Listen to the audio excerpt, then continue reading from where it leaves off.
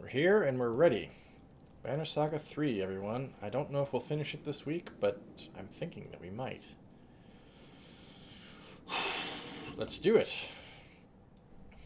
Last time we... Gosh, what happened? There were a few fights in the underworld. We got very close, but we ran out of time again. We're back here at Arborong, and Arborong is just down now to the keep, basically. Everything else has been taken by the darkness, who I understand put on a pretty kick-ass concert, so it's actually probably not all bad out there. But there is, you can see the silhouettes of weird giant beasts moving out there, and I can't tell if it's supposed to be the serpent or something else. Given that the serpent was down in the underworld fighting Juno a little while ago, I'm guessing it's not the serpent. But it could be. To the stairs! Fatigue draws you into a stupor. Feels weird to be doing nothing, Alio says, breaking the silence. Spirits are low. Maybe this would be a good chance to see how everyone's holding up. You consider it. Ubin, Zephyr, and Tower. Let's start with Ubin. The scrivener is scratching diligently at his papers. He looks up. Ubin Jenkins. Ubin says, "Hello, Hunter. Found yourself a little patch of quiet and don't know what to do with yourself?" Is literally everybody else dead? I mean, it's completely quiet around them. There's no, like, all the dredge and clansmen and everybody that were outside the walls are just gone. Well, it says something like that. I would think that they would all try to retreat into the city as different parts of the city fell, right? Like Minas Tirith. Keep moving up a tier. But it kind of seems like they didn't, because otherwise this place would just be jam-packed with people by now. It says something like that. Ubin says, "The eye of the storm," as the poets say. You start predicting the weather when you've been around long enough. Or maybe you just talk about it more. This is supposed to be like a Scandinavian fantasy land, right? Scandinavia didn't ever get hurricanes. There was no eye of the storm up there. Hurricanes are a tropical weather phenomenon. Ubin says, "The old Varl stops scratching notes to talk." Yes, the animation style is gorgeous. Animation and music, both very well done in this game.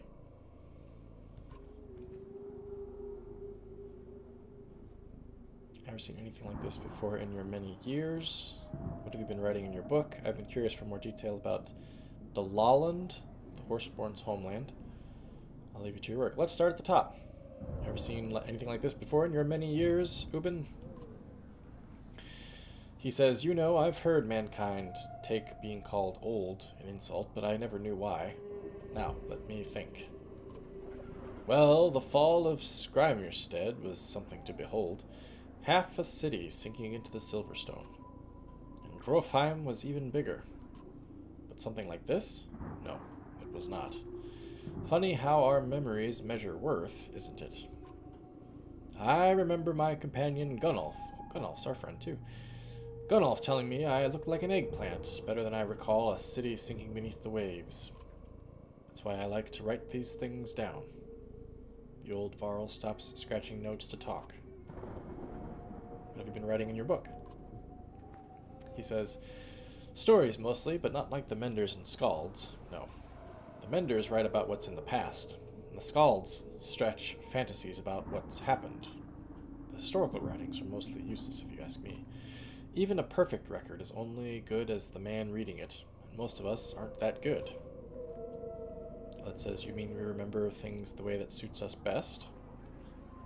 It says, "You can spin a dozen different morals from the same yarn. Indeed. We're all a bunch of liars at heart. I write stories about people. When someone reveals their own hopes and fears, that's the truth of things, even if it's a lie. Understand?" Not quite. It says, "One of the reasons I learned to talk to people Oh, one of the reasons I learned to talk to people like the horse. That's not a complete sentence, and I'm having trouble parsing it. One of the reasons, plural, I presume, I learned to talk to people like the horseborn. I'd like to speak with the dredge too one day, if they'll have me. The old Varl stops scratching notes to talk. I've been curious for more detail about Dalaland, the horseborn's homeland. I think at this point, let's take my mind off of the impending darkness. Both literally and figuratively. Ah, Dalaland, says Ruben. Sounds a bit like Orson Welles in that champagne commercial. Ah, the French. You wouldn't believe it. Cities of solid gold and rivers of wine. Well, that says you're joking. It says you're a wily one. No, it was wide fields and tall sky. They wander. Everything they build has to wander with them. Did you know they believed the sun stopping was a blessing? They loved it before the earthquakes. Then their land was shattered just like yours and ours, and dredge came from everywhere. If you ask me, there's something a lot bigger beneath our feet than we realized. In a way, it makes me glad. I'd be quite sad to live in a time when we've mapped everything the world has to show us. Then what? A small world makes for small thinking. The old Varl stops scratching notes to talk. You know, I've thought about that sometimes. Not that specifically, but something related to that. When I was younger, I really enjoyed science fiction. I still do enjoy science fiction, but I really enjoyed science fiction when I was younger because it felt like, where we're going, all the things that we'll know. Imagine how many things we'll know in the future, like things we don't know now about how the universe works. And I would then think back to, like, Galilean times, or even before that, and how little they understood about the universe that we now do understand. And I remember thinking, oh man, I'd hate to live back then because all these things you didn't know. Imagine all these things. Imagine not knowing these things, like how the speed of light, or anything about physics, or the way the solar system works, or the passage of time, or the age of the Earth, or the history of humanity. All this stuff that people didn't know. But then people in the future, this future that I'm dreaming of someday when we'll know all these different things, they would be looking back at our time saying, oh, those schmucks knew so little, those poor bastards. And here I am, happy that we know as much as we do.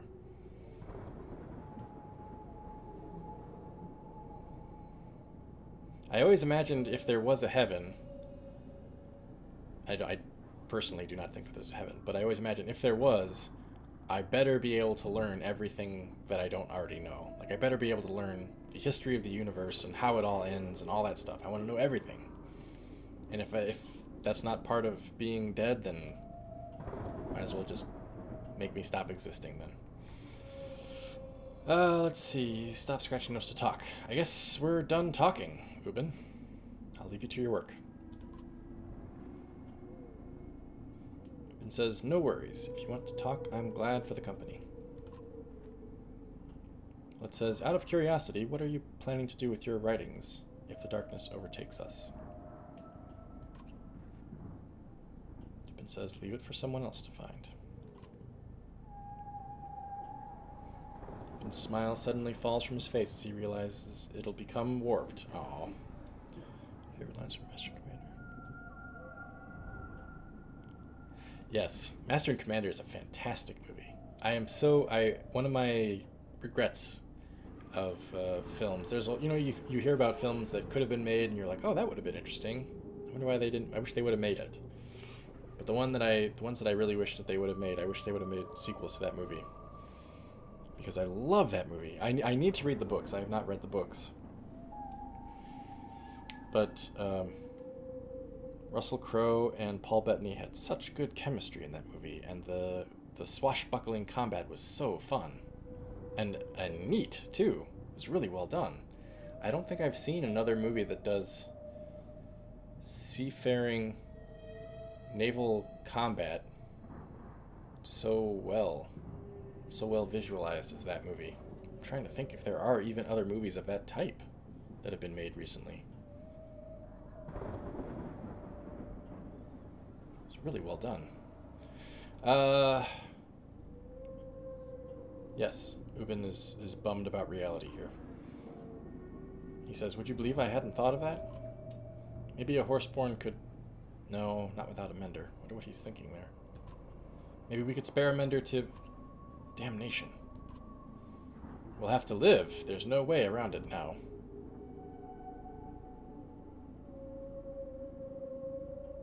Oh, I haven't seen any of the making of. That would be great. I'd like to watch it. I bought it on Blu-ray a couple of years ago and watched it with my kids, and they really enjoyed it, which was like, oh, good. Okay, good. My children have good taste. It's a bit of a relief. Mm-hmm. The soundtrack's fantastic. The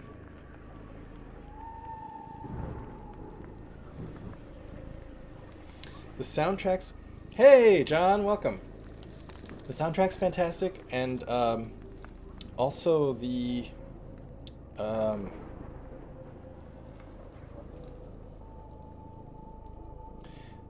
kind of related to what you say, Dave, about what a fascinating modern age we live in. I appreciate that the movie does a lot to just show what living in the times was like.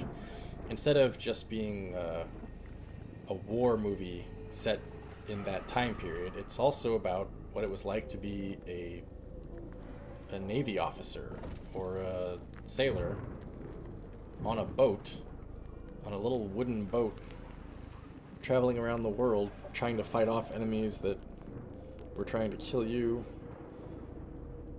In that respect, it kind of reminded me a bit of Das Boot, which I watched when I was younger. I don't think Das Boot is as good a movie as Master and Commander, but it did similarly have whole sections of the movie that were just devoted to the tedium of being on a U-boat. Just how dull and miserable life is when you're stuck in a U-boat with a bunch of other sweaty, stinky men. Completely immerses you in the setting. Absolutely, yes. The best works of fiction that I've ever had have always, when I finish them, I always have the yearning to wish to go back to that world. And Master and Commander definitely accomplished that. It's like, oh, I wish I could go back. I wish they made more movies. Yeah, I don't know that I've ever compared them before either, but there's definitely like a slice of life kind of aspect to both movies.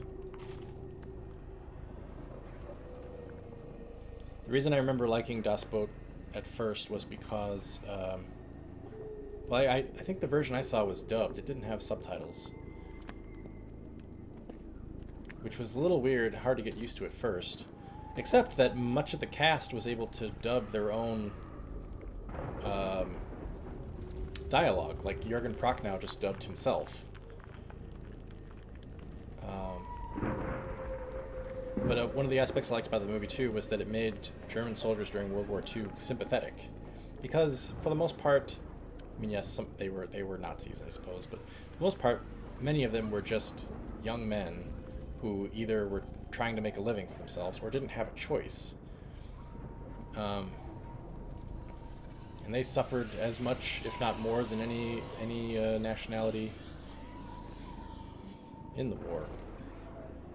It's not trying to absolve them of any of the blame, of course, but when it comes to casualties in the Second World War, Germany was second only to the Soviet Union. And then after the war ended, Germans all over Europe were exiled and killed by the hundreds of thousands. The German people got their shit absolutely handed to them at the end of that war.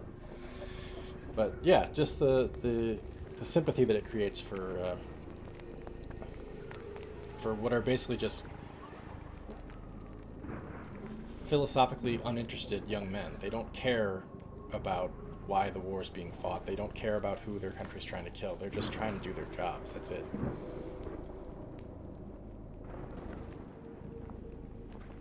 Submariners. Yeah, that's a good point. That's a good point. I never thought of it that way. Yeah, and Jurgen Prochnow's captain is you root for him the whole time too, especially when they finally get the spoilers if you haven't seen it. When they finally get the U-boat off the sea floor, and they're racing through Gibraltar, and he's like up on top, just like just shouting at the heavens. It's like, yeah, dude, go, go, go! You're doing it. Such a great part of the movie. All right, we got to talk to Zephyr now.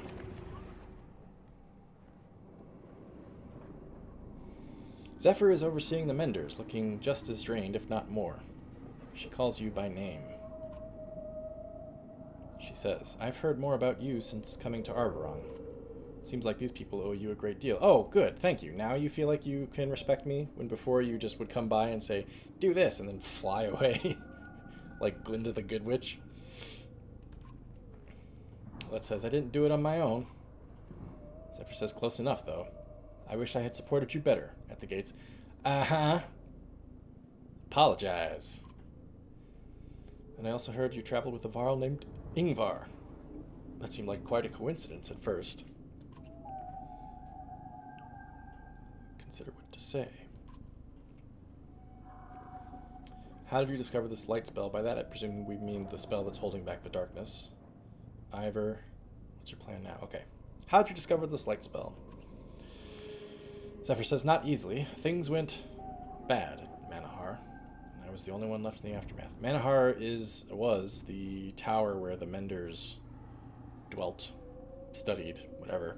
It's the scene of the climactic battle at the end of the second game.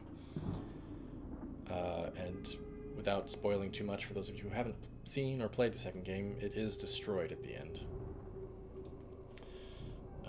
Zephyr was the only one who left in the aftermath. I spent days trying anything I could think of against the darkness.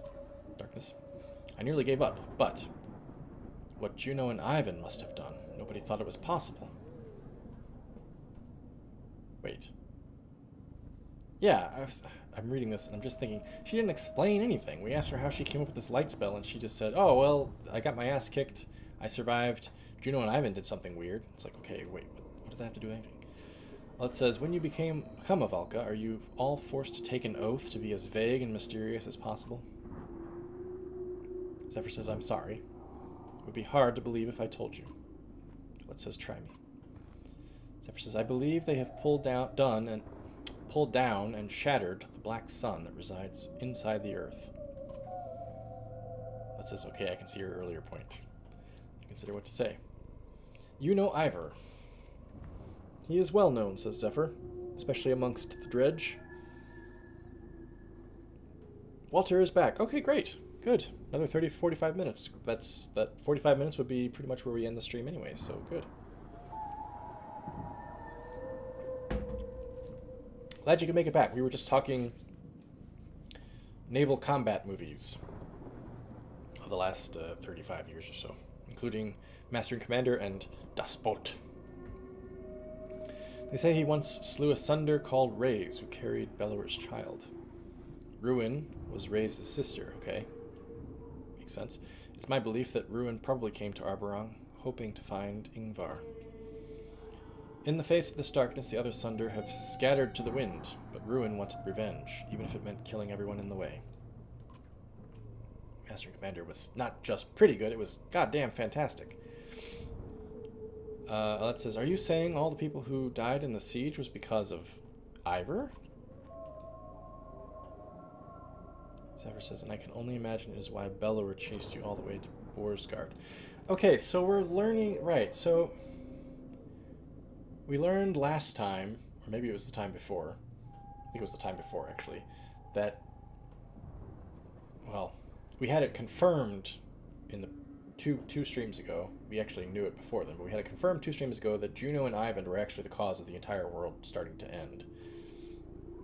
We're now learning that Ivor is pretty much the only reason that the Dredge have been attacking humans, well, Upworlders, non-stop since they arrived. So if it wasn't for Ivor, would the Dredge have come up and possibly been peaceful and sought help?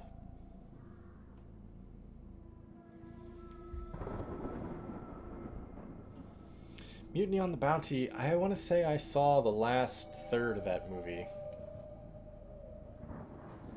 It was fine. I don't think I saw the whole thing. Maybe you need to see the whole thing to have it do justice. Charles Laughton as an actor, it's just... it's not his fault. But actors of his day had a very, like, theatrical kind of stage presence when they were on film, and it's just a little too much for me, the way that he talks when he's on film. Clark Gable was more natural, I think. Imagine why is Bella... Okay, yeah. I suppose there's no point in secrets anymore. Zephyr says, after the Great War, the Valka tried to broker a peace with the Dredge and mostly succeeded. But one of the conditions was that we deliver the Varl named Ingvar. They called him Destroyer. We searched, but never found him. Juno and Ivan would almost certainly have recognized him. Did they ever mention this?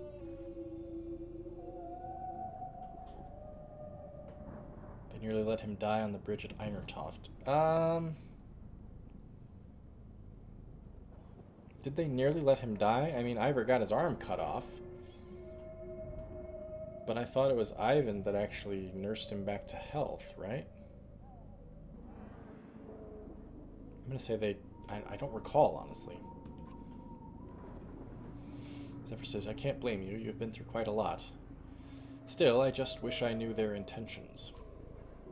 You trust your friend Ivor completely? I think Alette has always trusted Ivor and always will. Yes, more than completely. Zephyr says, then you were right to let him go, and that itself gives me hope. If you trust something, let it go. You consider what to say. What's your plan now?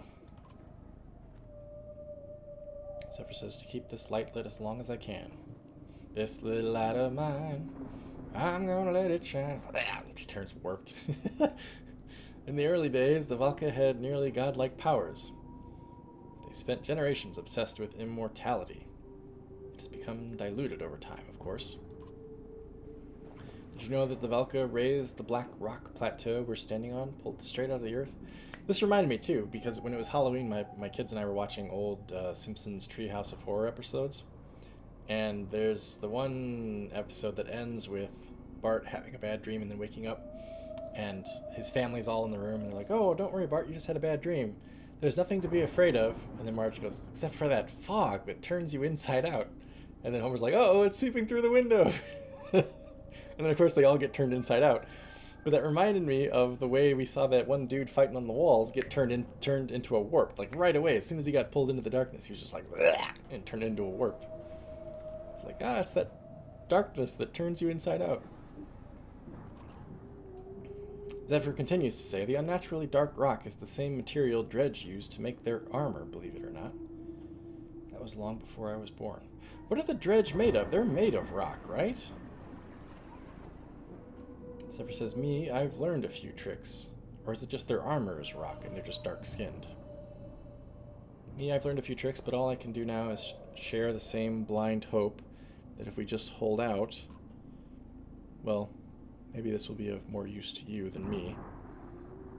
The Valkyrie retrieves an item from the folds of her cloak and hands it to you. Clasp of Kin. Well, it says, how long do you think we have left? Not long now. You're not far. Make the most of your time.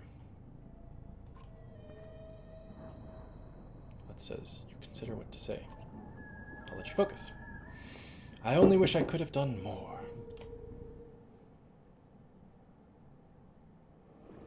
So what does that new trinket do?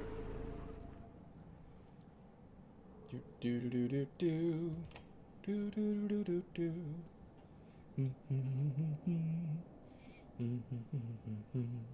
+3 all talents. 1 willpower per turn, 1 armor per turn, +1 break. Hey, that's pretty damn good. Do do do do do do. Do do do do do do do do do do do do do.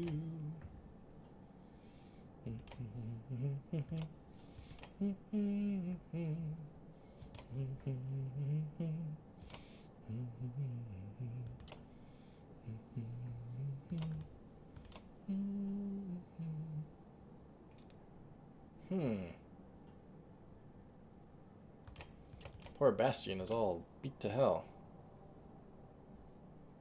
I think that actually might be pretty good for Alette.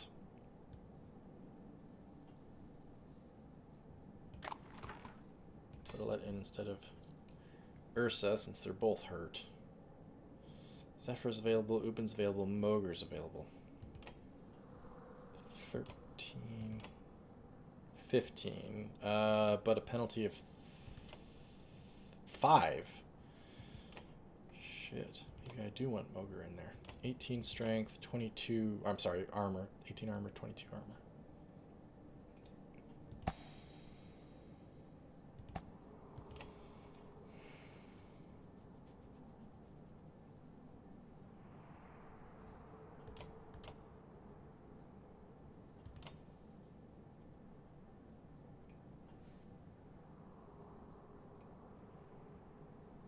Let's leave it as it is for now. We can always sort it out in the next fight, which I think is coming up right now. The Warped have not been able to scale the wall, scale the Black Wall since coming here a day ago. Many want to take full advantage of the respite. Others call it folly. Keeping a full watch now means forcing fatigued and wounded survivors to take turns. Some haven't slept in days. Forget the watch. Exhaustion is a bigger threat right now. The strong protect the weak. Let volunteers take watch. Force everyone to take their fair turn.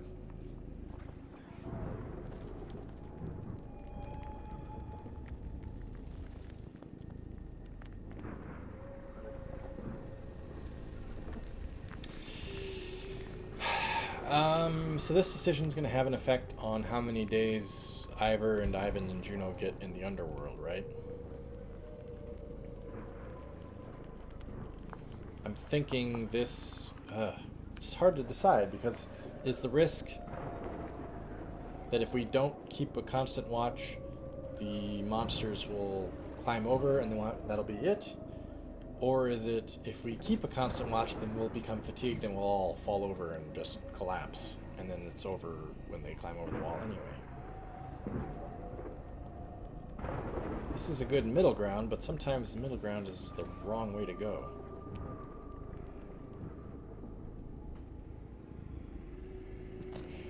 Forget the watch. We're going to trust that the wall is enough. I was thinking too, but I feel like compromise. There's a fallacy, a logical fallacy that a lot of people are guilty of. I'm guilty of it too, which is if you have two extremes and there's a compromise option, I usually try to take the compromise option because it seems like the moderate position. But the reality is that sometimes the moderate position is wrong, right? If one extreme is wrong, the other extreme is right, why would you take a moderate position just for the sake of it? What was the example I was trying to think of the other day?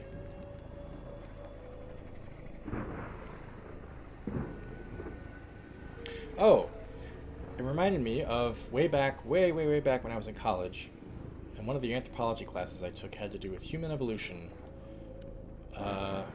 And it was about the spread of Homo erectus, because Homo erectus was the first, I think the first that we know of, Homo species to leave Africa.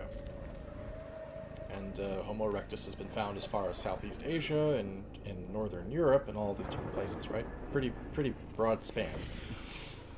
And then, of course, Neanderthals in Europe and Homo sapiens started cropping up all over the place where Homo erectus had gone. And so the teacher was asking the class, there are 3 schools of thought on what happened here. Is it that Homo erectus, wherever they went, evolved into Homo sapiens, that Homo erectus spread out, but then was replaced by Homo sapiens who evolved in Africa and then spread out behind them and outcompeted them? Or was it a little of both? And my first instinct was to go, oh, it was a little of both. And the teacher said, now wait a minute. Just because it's a moderate position doesn't mean it's the correct one.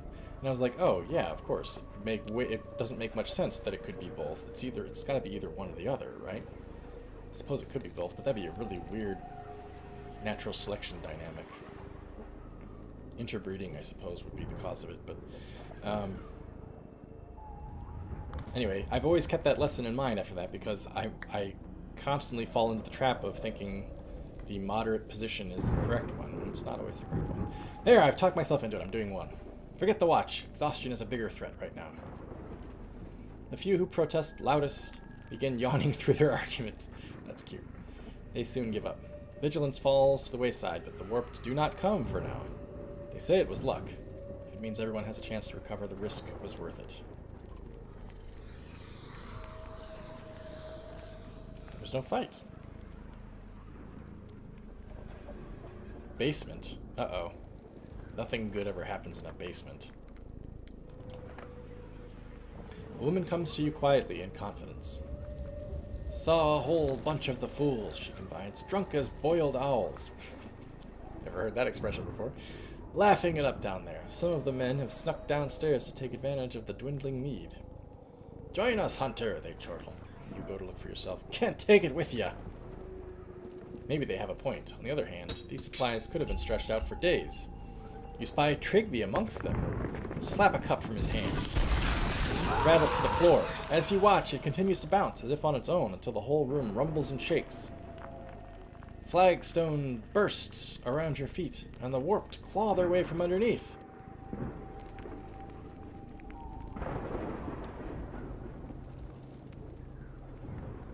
True. Yeah, you're right, Walter. I guess I don't mean moderate so much as middle. Centrist. Central. Centrist position. Moderate's more in the terms of politics, I guess.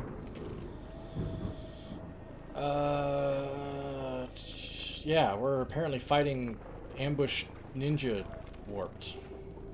They're like the Fremen. They just jumped out of the earth. Terror drags the sluggards to their feet. This must be what the warped have been up to this whole time. Thayans, there's a man, pulling down a barrel onto the warped and knocking it back below. Fayan them all!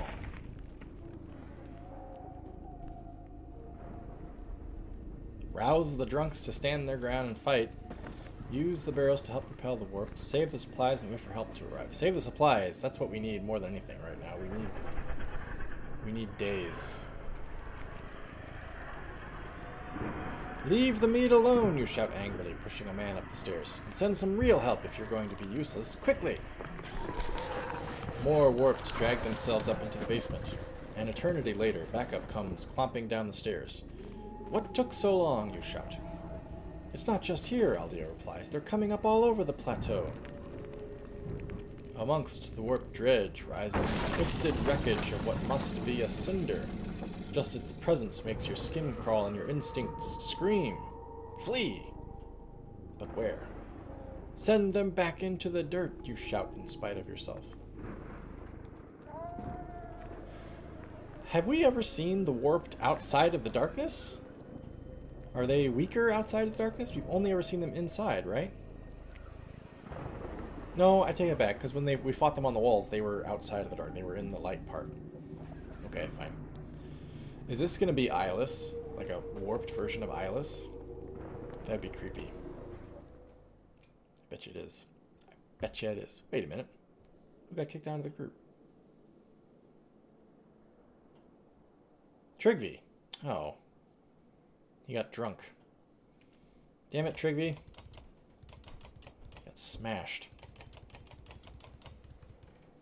I hope he's not... Oh, maybe he's dead. Is he dead? Shit.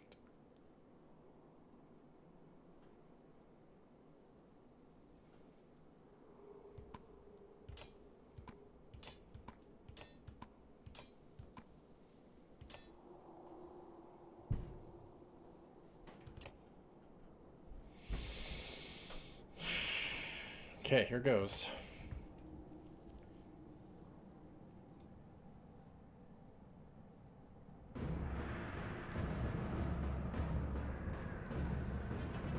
What is that? A Sunder? Oh, Trigby's there. Okay. A warp Sunder. Fight or we're all doomed. Oh, I think we're all doomed. Okay, let's see what we can...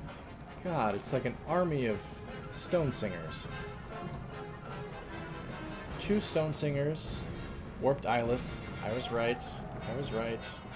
When a possessed unit is KO'd, Eyeless gains 3 strength and 3 willpower.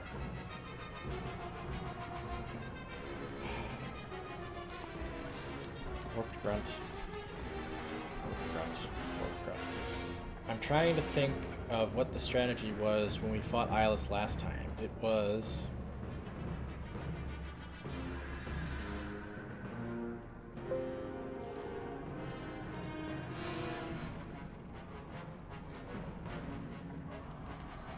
It was to...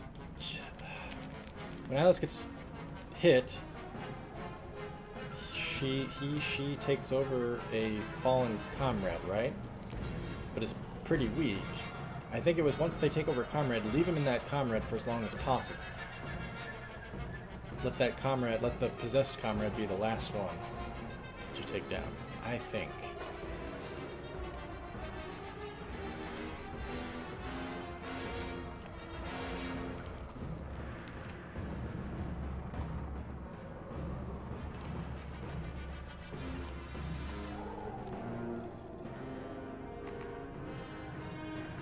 Oh, Trigby goes after everybody? So Gunolf's not gonna be able to get up here. Fucking fuck, dude. It's a battle at Thirsk. It is. It's the Uderfrikta. It's the taller cousin. We have so much synergy between all the games that we're playing right now. It's insane.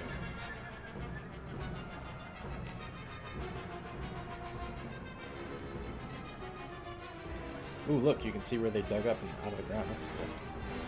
That means more might be coming out.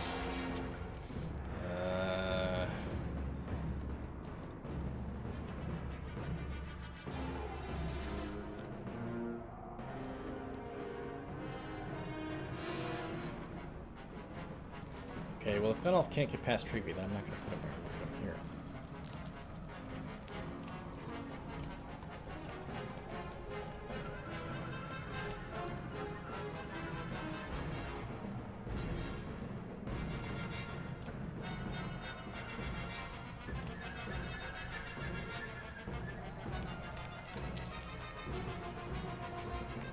Alright, let's try it.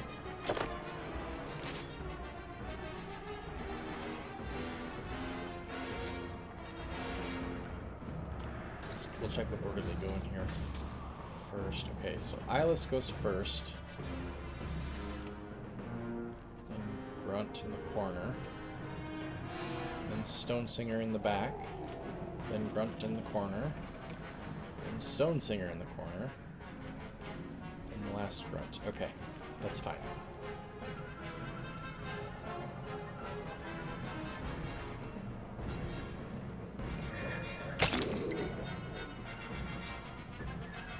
Shit, where the hell are you going? Well, now I should have put Gunolf over there, shouldn't I have?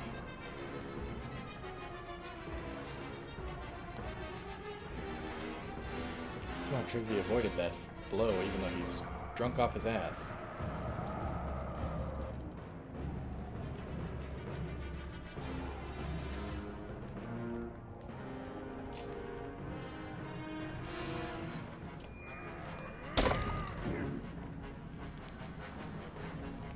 What happens if we kill Eyeless before it has anybody to possess?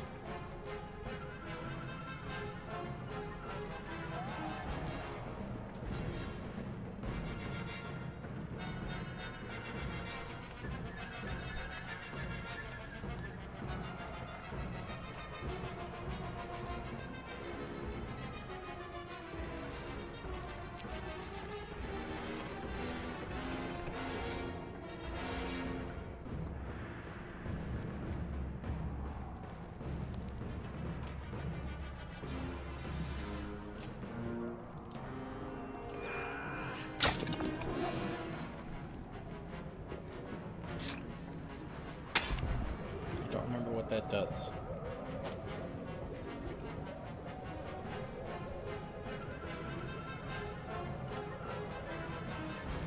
Okay, we're gonna see what happens when Petrus kills this thing.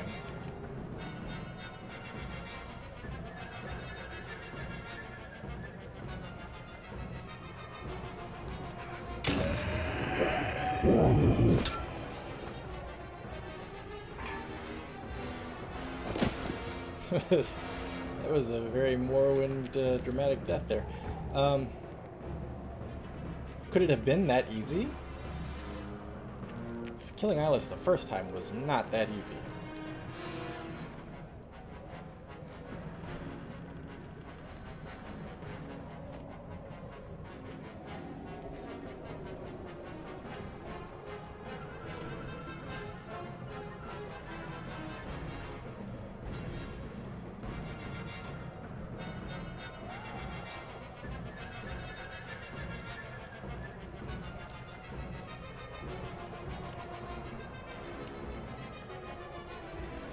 Okay, here's what I'm thinking. Bullet takes down his armor some, then Gunnulf can get right up here between them and do a spinny flying kick attack thing, whatever you call it, Tempest. It knocks down both of their strength quite a bit before this guy gets to go.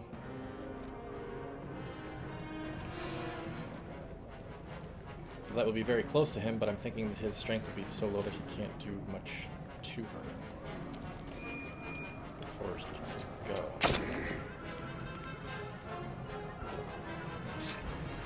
They're doing. I forget what this does. It's not calling anything, is it?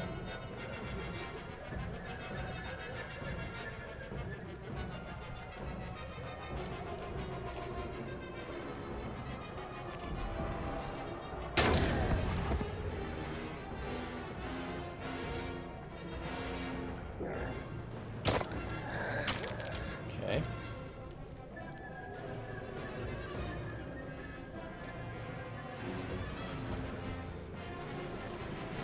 About to find out what happens when I click this. Trigby, honestly, you're smashed. Why don't you just get out of the way, dude? +3 strength. Ah, okay, so it cost them armor, but it gave them more strength.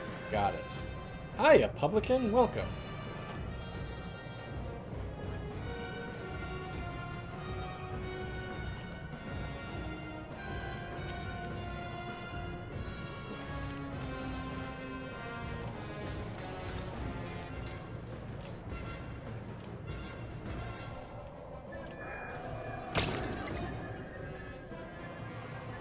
Ruh-roh.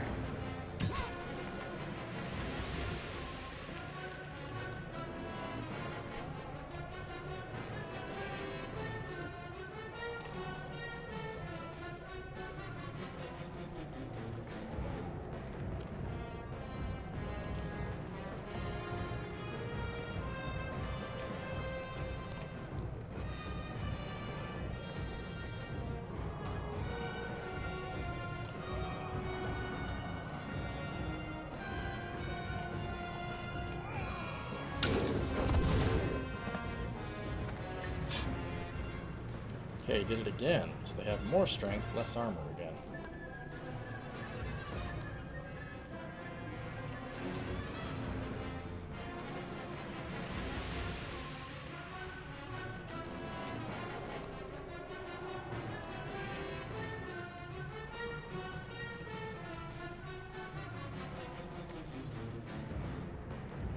Okay, I think I'm gonna let Petrus kill this guy. Provided that he can still reach him. I'm gonna have Goodmender come up here. Up here. Break some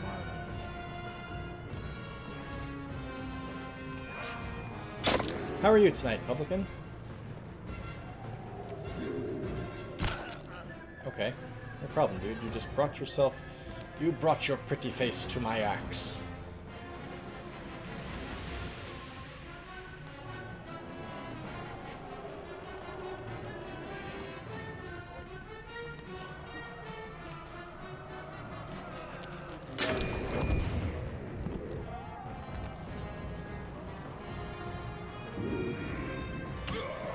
Oh, really?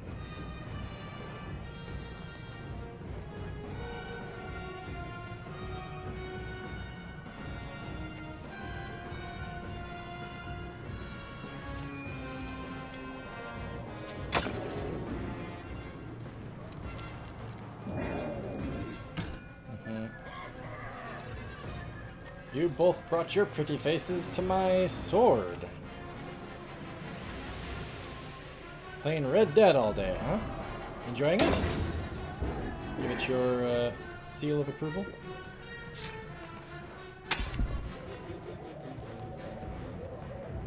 Okay, we just hang out.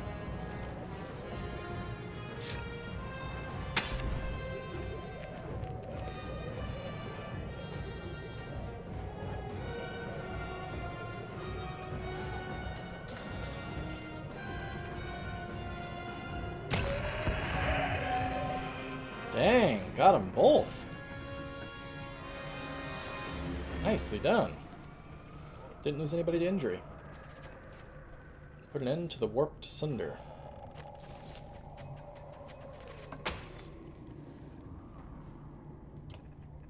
I have heard that the game is very beautiful and very fun, except that a lot of the user interface interactions are tedious. That's been my biggest criticism that I've heard of it so far. I have not played it at all. Is that a lot of the user interface interactions are just like painful. The basement is dark and silent once again. The survivors hustle to seal and cover the holes. You're suddenly glad you saved the mead because you could use a drink right now. Someone is telling Zephyr that only half the menders have survived. Shit, that's way more than the one day we got last time. Checked up on old friends, 48 hours. Weighed vigilance against rest, 31 hours. Resisted the warped invasion, 33 hours. Excuse me, Arborong has been spared another 4 days. Which has got to be enough, right?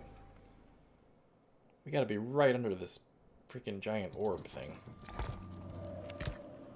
The sun, whatever it is. The white tower that looked like a toothpick when I first saw it now soars above our heads, dwarfing any structure made by kings or WoW.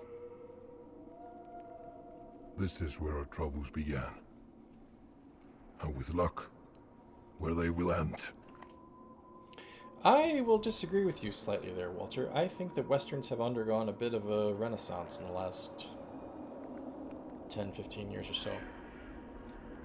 You've had very successful Western movies. The Magnificent Seven was rebooted. 310 to Yuma was remade. You've got movies like Hell or High Water, Bone Tomahawk. There was the Christian Bale movie that was made recently where he was like the Union officer who was escorting the Native American. I don't remember the name of it. True Grit. There was another one I was thinking of. Tommy Lee Jones' The Homesman, though it was more so took place in the plains, but still considered a Western. And then you have movies that were not explicitly Westerns that still exhibited a lot of Western characteristics. I think Logan was basically a Western. It was like an X-Men Western. A few others that I can't think of at the moment. And of course you have Westworld, which is not strictly a Western, but it has many Western components to it.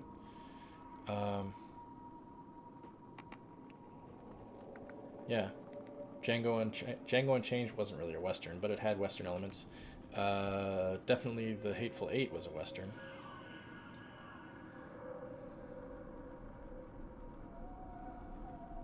I really enjoy Westerns. Samurai movies and Westerns are two of my favorite film genres. And I remember being really pleased when Western movies started being made again with good film directors and interesting stories. 310 to Yuma was a particular favorite of mine. I really enjoyed that remake. And True Grit is absolutely fantastic. Oh, No Country for Old Men is another movie that's not technically a Western, but it's Western and everything but name. No Country for Old Men is like the quintessential movie that would be a Western. Korean movie set in the 30s. Good, the bad, and the weird. I have not heard of that one. I'd like to check it out, though.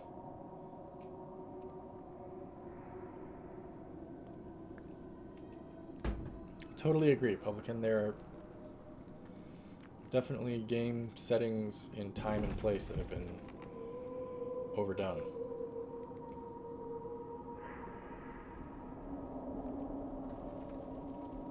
do enjoy the good, bad, the ugly.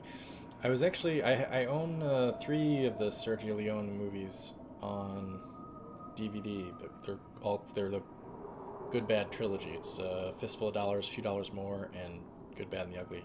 I think Few Dollars More is actually my favorite because Lee Van Cleef is a good guy in that one, and I really enjoy him. He's, I think, my favorite actor in any of those movies.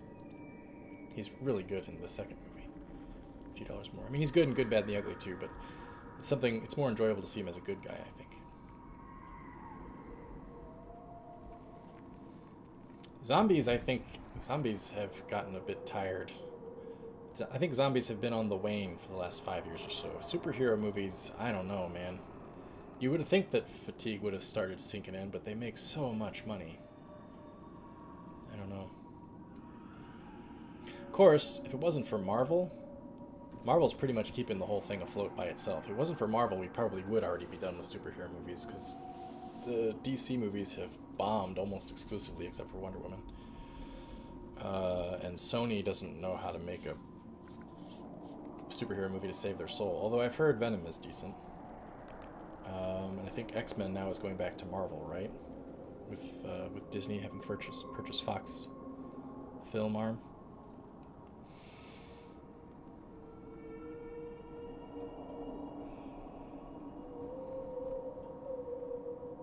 Yeah, I was pretty happy when they started remaking and making new Western movies.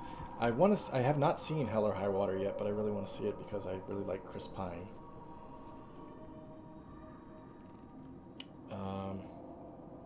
Coen Brothers are actually producing, or they're just about to release another movie. I think it's on Netflix actually, called The Ballad of Buster Scruggs, which is another Western. Looking forward to seeing that. Anyway, back to the lecture at hand. That's true, Republican. You can have a superhero movie that's a heist movie. You can have a superhero movie that's a war movie. You can have a superhero movie that's a thriller. There's a lot of variety. Comedy, action comedy. In the back of your mind, you always knew it was coming. A fearsome figure stands before the White Tower, before a crowd of warp tears. Oh, it's Bulwark. Almost started to worry you wouldn't make it. Bulwark growls. How the hell did he get here ahead of us? We fell down the hole first and have been marching non-stop the entire way. Whatever. Bulwark says, knew I'd see your smiling faces again. Ivor says, I was expecting the serpent myself. Watch out, Ivor. It's secretly Bellower, and he's going to kick your ass. Bulwark says, the serpent carved a path for me straight to this place. You remember the quakes near the cliffs and put the pieces together. Sure. I don't know how that makes it so that Bulwark is instantly here, but okay. Maybe... Oh! Wait a minute. Is he Bellower anymore? I think he might be done being Bellower, but he's sucked down snake juice, and now he's like serpent affiliated. Maybe the serpent gave him a ride. Okay, fine. Ivor says it must be getting pretty desperate if it brought you here to deal with us. Bulwark says, on the contrary. All of a sudden, big, brutish, 2 words in a sentence, Bulwark has been converted to the British aristocracy. On the contrary. Seems like a splendid idea to me. Smashing, simply smashing. Go ahead and try some mind tricks. See what the rage really looks like. Juno says, this is your last chance for reason, Bulwark. Your ravens can survive this. Bulwark says, oh, they're not mine anymore, witch. You know. It's so weird. I saw this place in my dreams. So, this is where the Valka did all their dirty deeds. Stole your powers. Never thought I'd end up taking the dredger's side, old boy. And come all this way to fail here. Rush Bulwark, attacking while he's off guard. Stopping us now would be the biggest mistake you've ever made.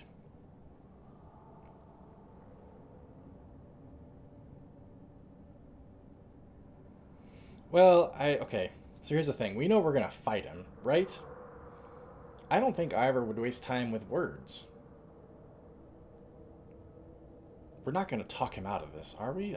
This might sounds like the option where we're going to try to talk him out of it. I don't think Ivor would fuck with it, though. I think he's just like, dude, we got a job to do. Let's just kill him. Rush Bulwark, attacking while he's off guard. You lunge, your weapon arcing toward Bulwark with the momentum. Okay, we're in a fight now. Okay, Bercy's been a bit of a dud the last couple fights.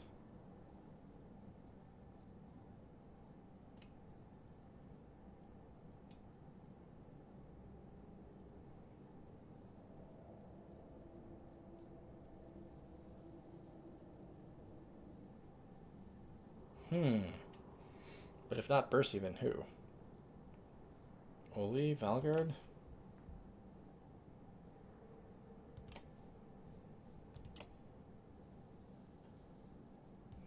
Oli with a strength penalty of 2 is not that great. 9 strength, that's not much to work on. Valgard doesn't matter so much because I'm not going to use him for his strength. I'm going to use him for his break.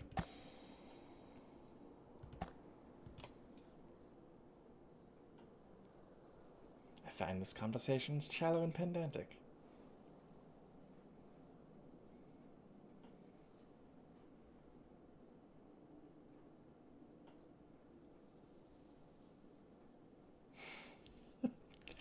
I'm just imagining Bulwark as played by Stephen Fry.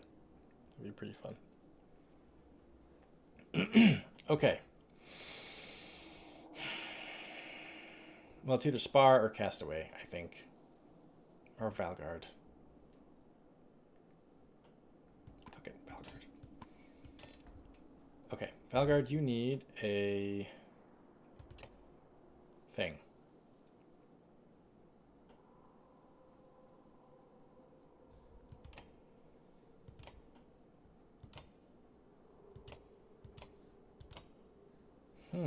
Actually, you know what? Take this one.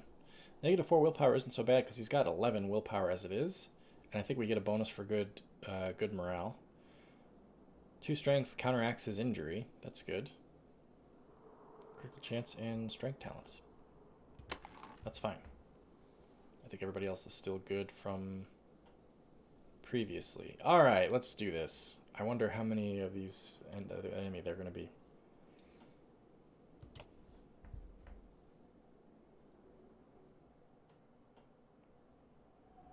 Whoa, what?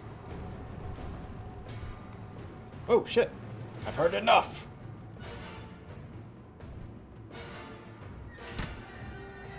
They do any damage? Stay out of my way, Ivor.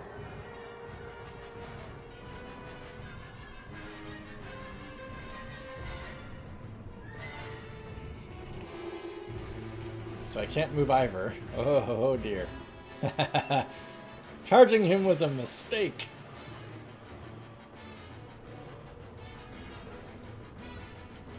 Shit.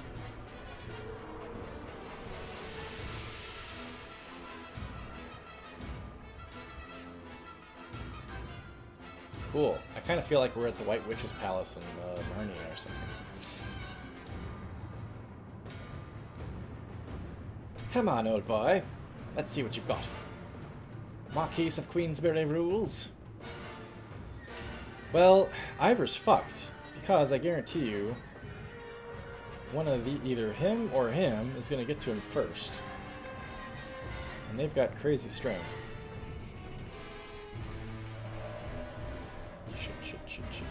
Shit.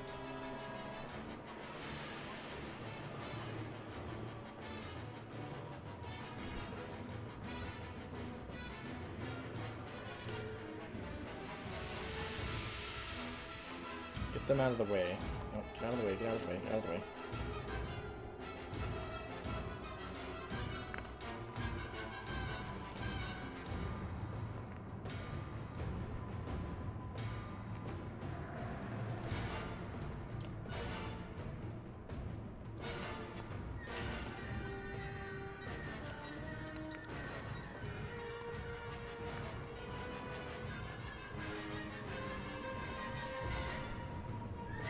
Shit, I don't know. I don't like this fight at all. Ulfric going... not Ulfric. Ulfric? Ulfric? Where the hell did I get Ulfric from? Ivor going up ahead, sucks.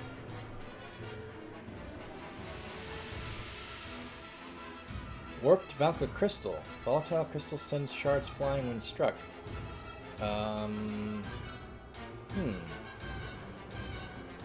Presume that means indiscriminately.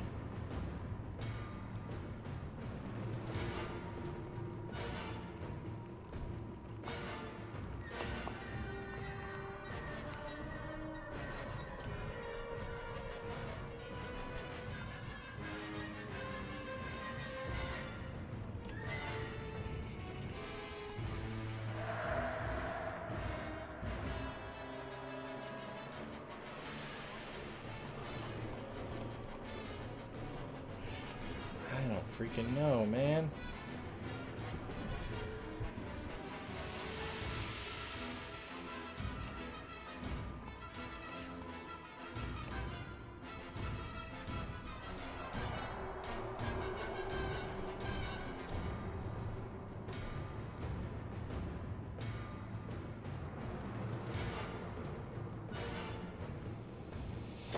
Okay, let's try it. I wonder if I shouldn't have Ivor retreat, honestly. Wolveric goes first. I can get to him. That guy can get to him. That guy can't. That guy can't. Stone Singer. That guy can get to him. And then that guy can get to him. I think I'm gonna pull him back.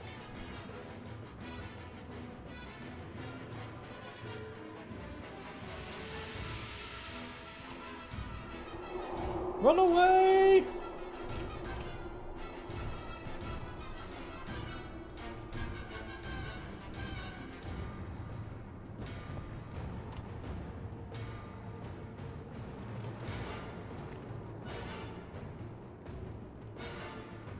Shit, that guy can still get to him. He's a long way away, though. Ivor will get another turn before he will. Okay.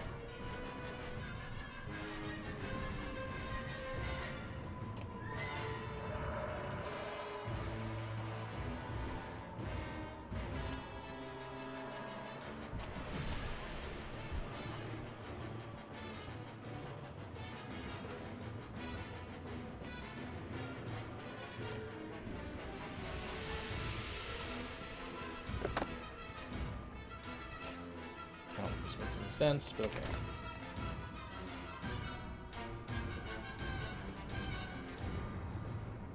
Everybody's getting bunched up.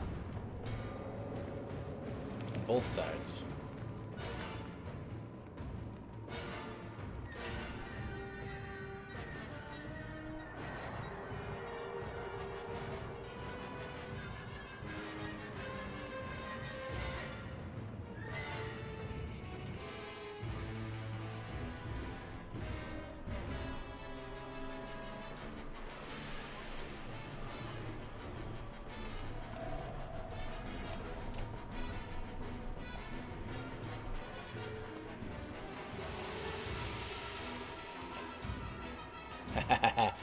Yes, I love Alfruin so much. Do it, girl.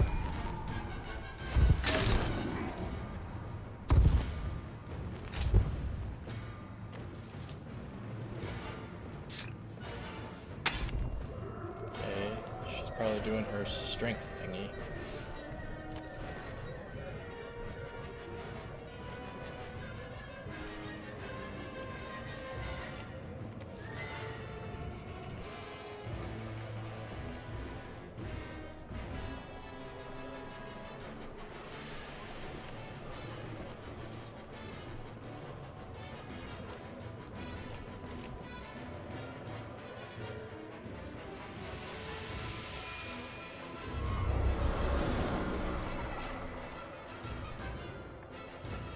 Nice.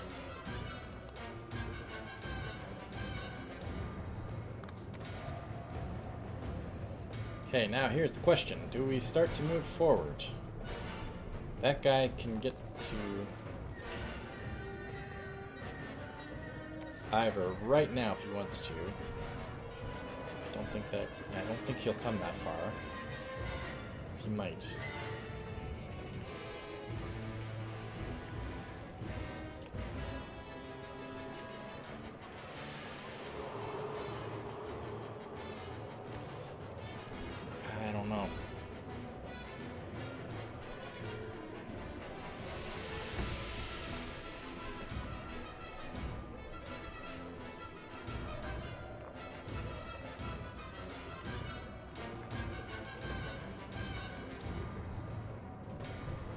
Problem is, I don't want to put anybody up here where they can be in range of this shit.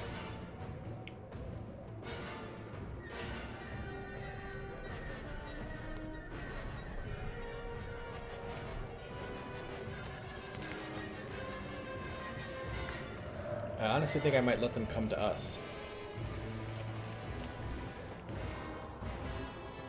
Okay, he really did want to come that far. Fine.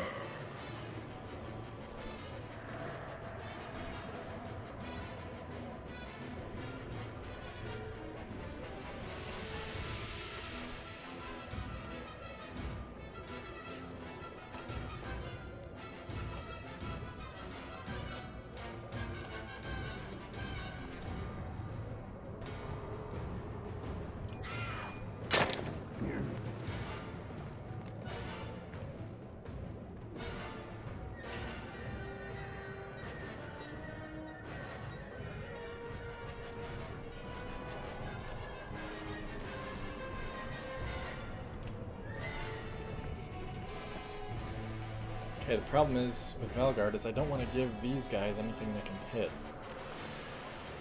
I could move Valgard up to take this guy out, but then one of these guys with 15 strength would be able to get to him, and he can't protect against that. I think I'm going to have him wait.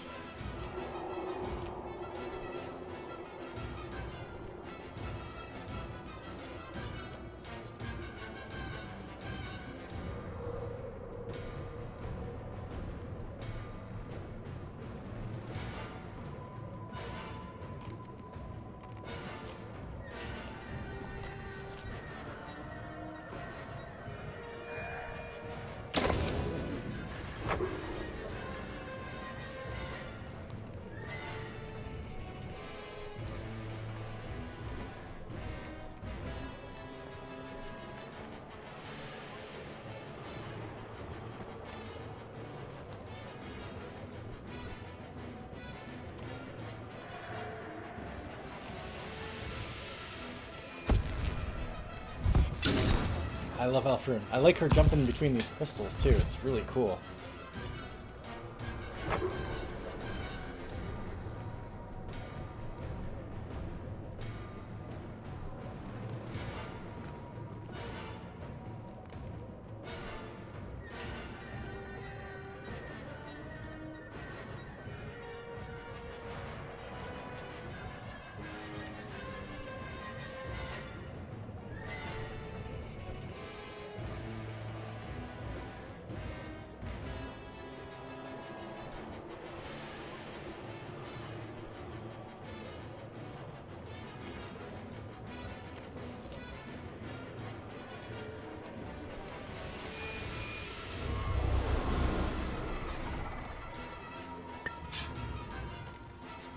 Okay, so they lost some armor, but they gained some strength.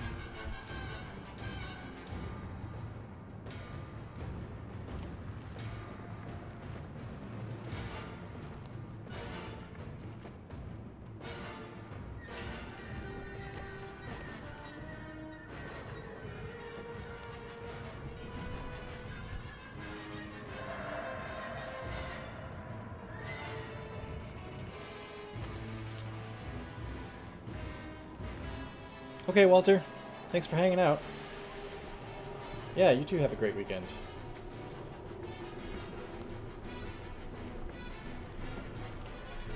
Alright. Kill him, even though that means that Bulwark's going to be able to get to you on his next turn.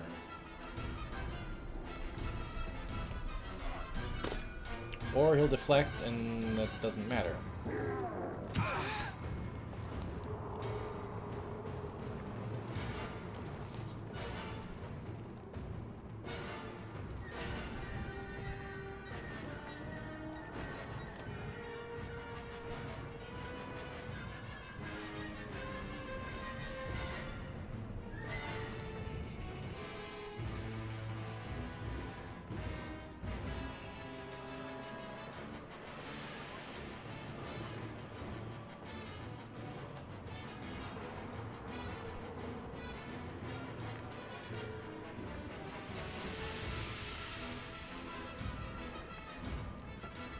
I think I'm going to leave this guy alive because I don't want Bulwark to be able to get to Ivor the next turn.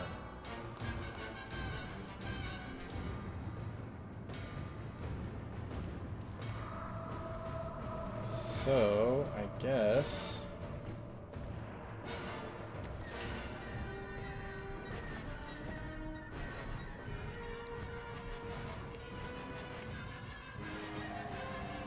saying is I'm going to use Volko to break some armor here. Oh god! 2 strength, huh?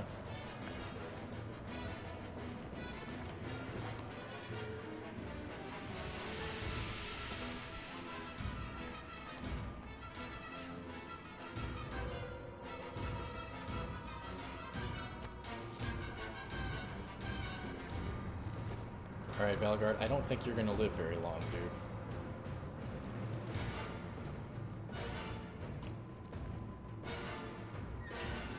I think I'm gonna use you to break his armor. I don't know if you're gonna make it past that. Because he'll get a swing at you with 18 strength. He could get a swing at you with 18 strength. But I don't know what else to use you for except to take his strength down, but he's not going until after Folk goes anyway.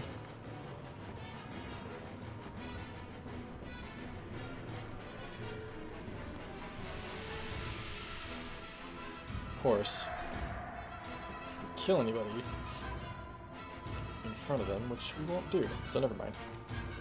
We won't get bumped up. Alright, Valgard might be a sacrifice here.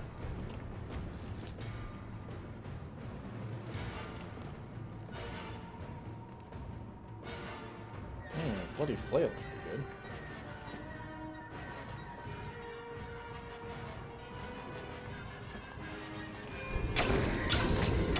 Oh! Criticals abound! Nicely done, dude. What? Whoa, what the hell, dude?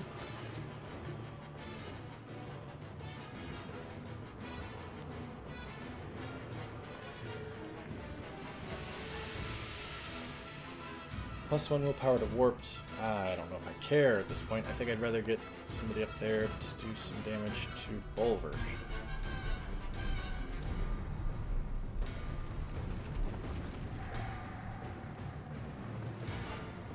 Of course, I want to get Ivor up there. Alright, let's think about this. Let's think about this. He's going next. He might get to Valgard. He goes after that. He also will probably attack Valgard. Or maybe... No, he can't even get to Folka. He is very dangerous. I'm going to let Alfrun attack him, I think. I'm going to try to get Alfrun like up here-ish. Have him attack him. Take down that strength a little bit.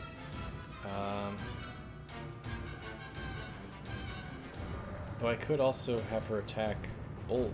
No, she can't attack Bull. Right, Crystal's in the way. Wait a minute. God, she'd have to get all the way up here?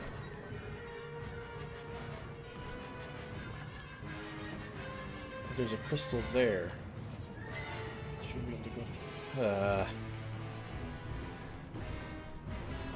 She's only going to be doing what?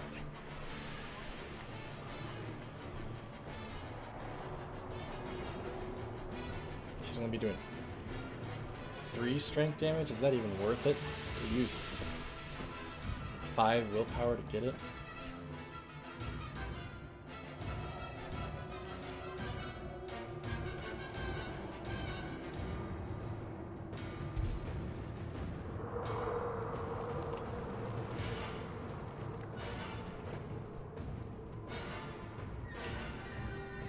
Maybe instead I use Apostate to attack this guy and take down some strength.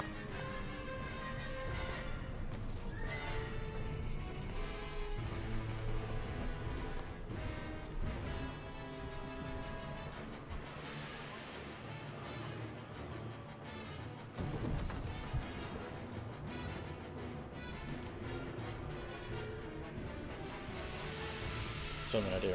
This is a weird plan of attack.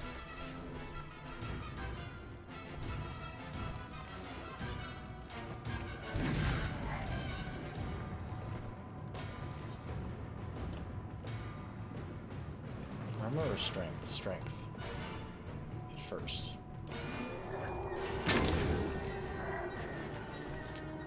Yep, he's going for Valgard. Valgard's not going to survive very long, but...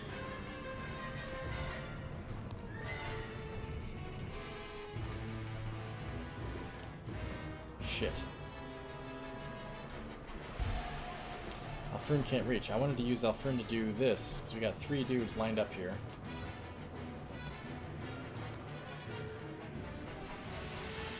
Valgard's going to die. I can't do anything about it.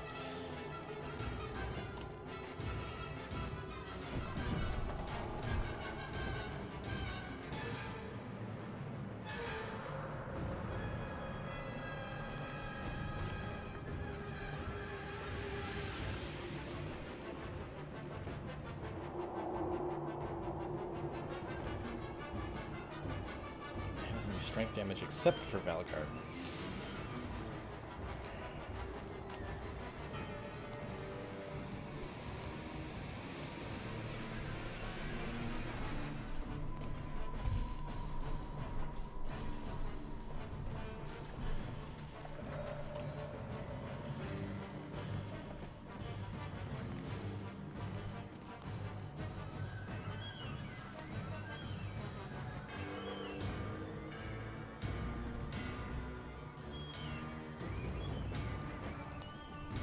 Okay.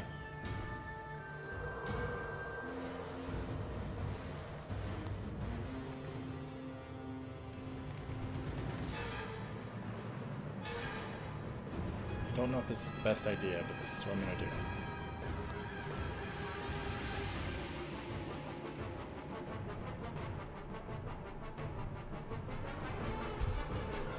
Actually...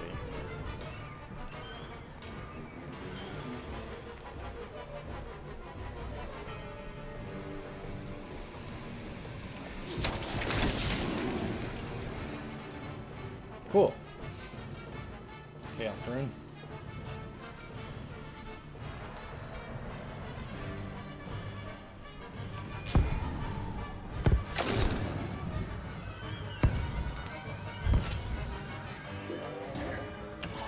And Valgard's down. We knew that was going to happen, though.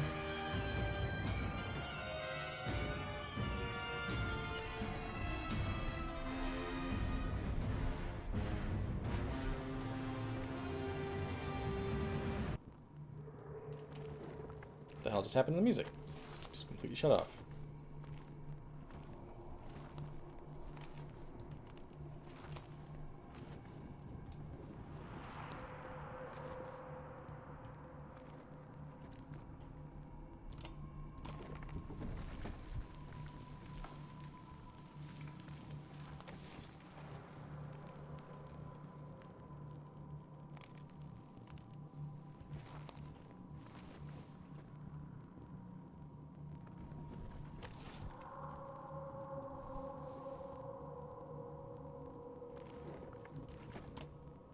This is weird. I don't know if this makes sense.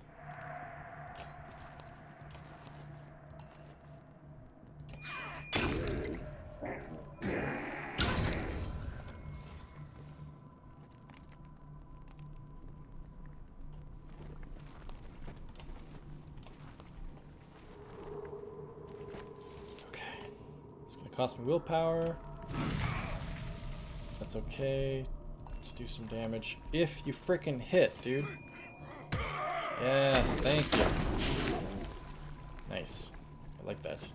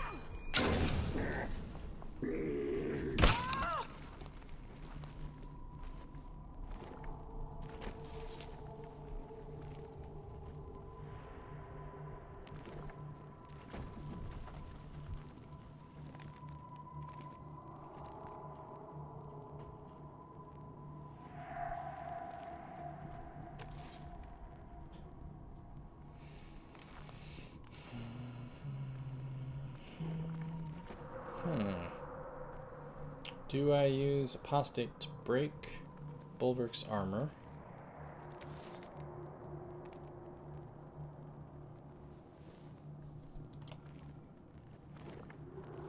Or do I use him to break this guy's armor? Or do I bring him up here and break some of that armor? Orchestra needed a timeout. Yeah, I guess so. It was pretty intense. They were really on their A game there. Okay, break the armor of the big bad.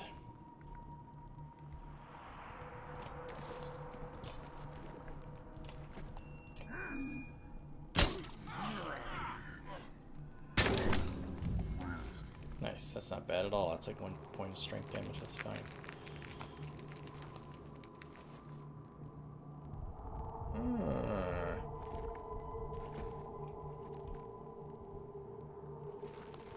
This guy is the most dangerous guy in the field right now, I think, him and Bulwark. But I cannot, Alfred cannot touch him. He's going to do some damage to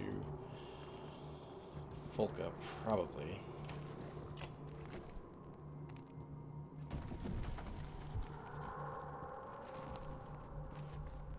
She can go one past a crystal, huh?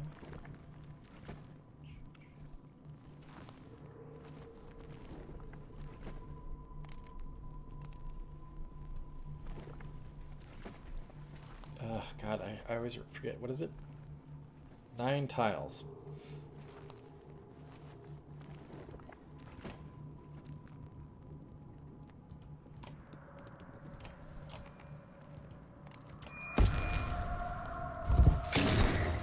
Nice. That's very good. Yep, here he comes.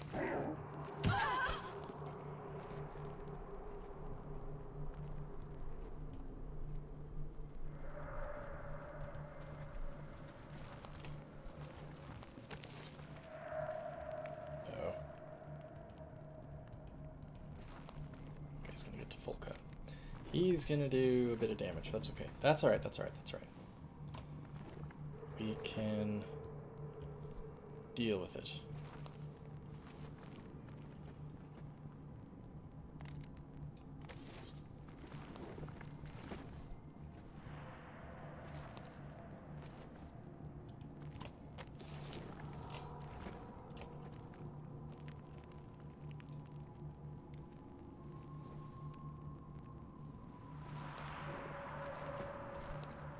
Okay. No, he didn't go to Folka. That's odd.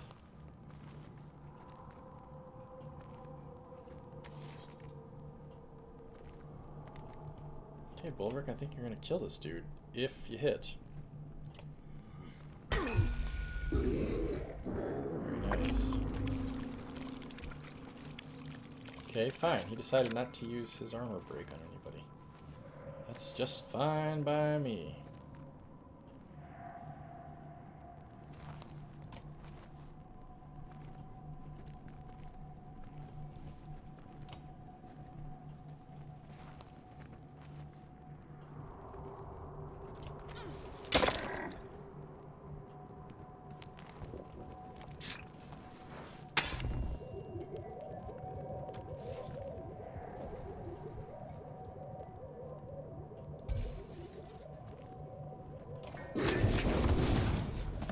Nice.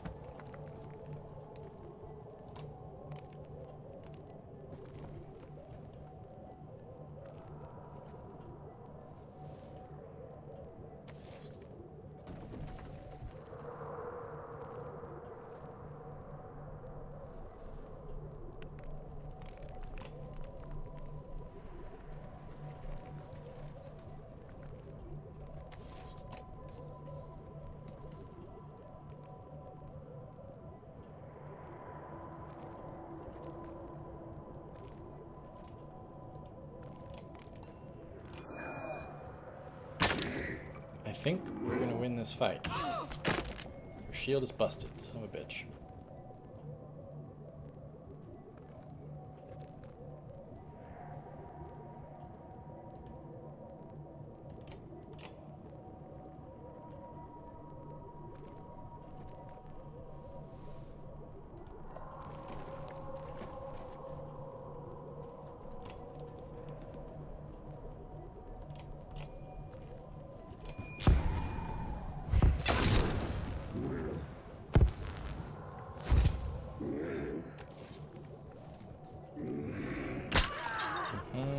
That's fine.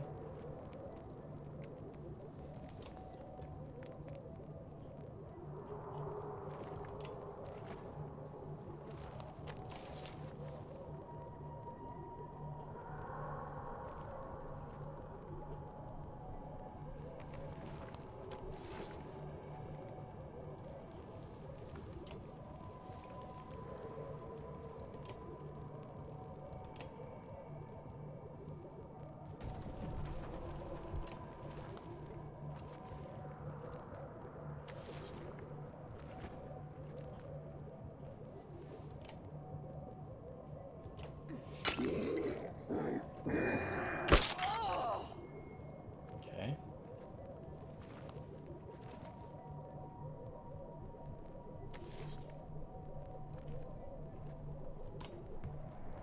I stand on Bulwark's corpse.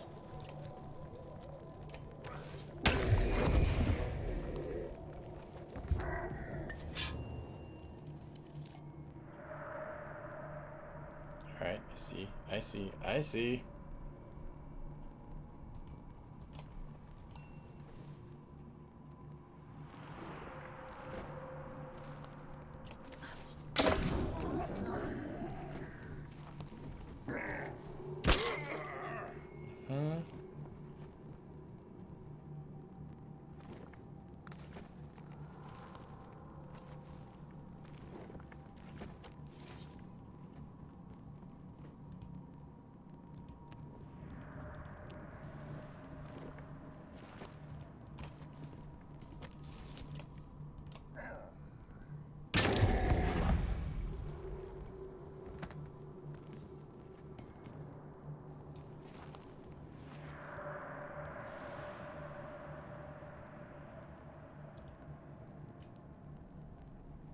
Damn. Can't do much of anything, can you?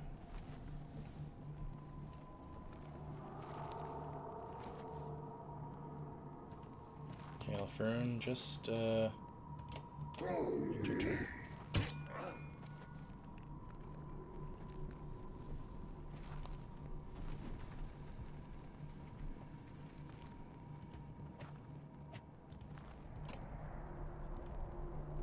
Start moving in for the kill.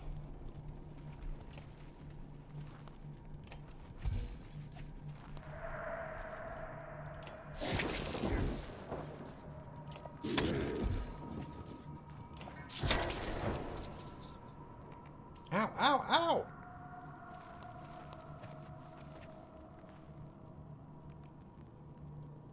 Yes?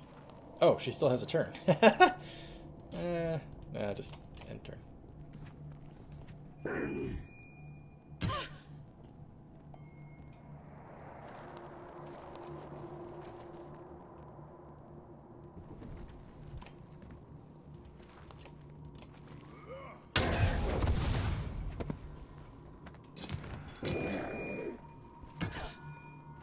Hang on, hang on. Okay, you have no willpower to lose, so just go.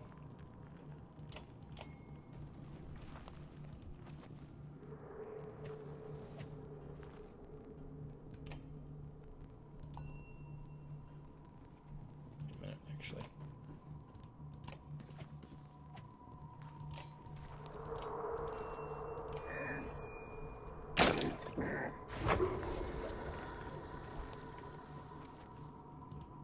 Well, Froon can get a kill. That's rare. We did it! Pacified. Oh, we did lose Valgard to injury. Okay, I lied earlier when I said I didn't think we lost anybody to injury.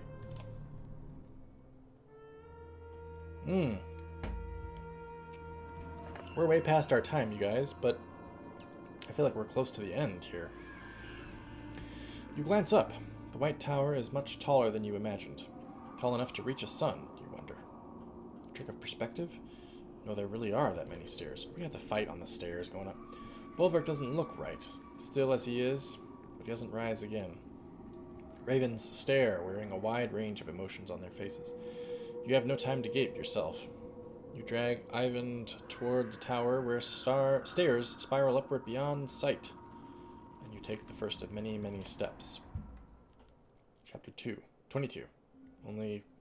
Only we few remember now, I think it said.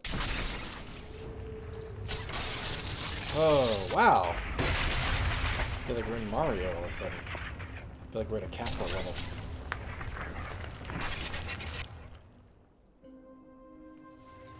Juno says, quickly! The top of the tower is just up these stairs. Ivor says, this is crazy. I still can't believe that's an actual sun. And you're really going to put it back in the sky somehow? Juno says, Ivan, well... Ivan says, Juno, there has to be some other way. I can't... Juno says, you can. We've come this far. Ivan says, wait, Juno, wait. This is really happening now. Give me a moment. Juno and Ivan embrace one final time. Ivan whispers something meant only for her. Then you are forced to move on. Uh-oh. Are they conspiring? Expect there to be one of those like floating ghosts that comes charging at you when you're looking away and then stops when you look at it. From Mario, I mean.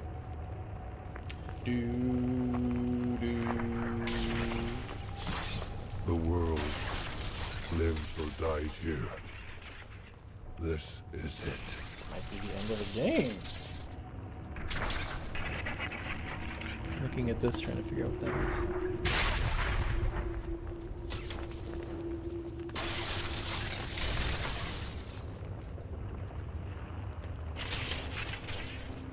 At the center of the tower, Juno sits upon the pedestal, and Ivan reluctantly begins his task. Juno hovers in the air, immobilized.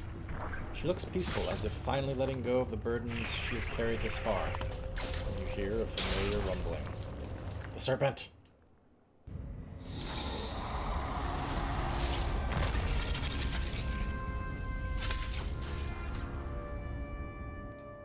The serpent is mostly slinky now. Hail Hydra, then he stabs her. The serpent raises its tattered head to the tower top.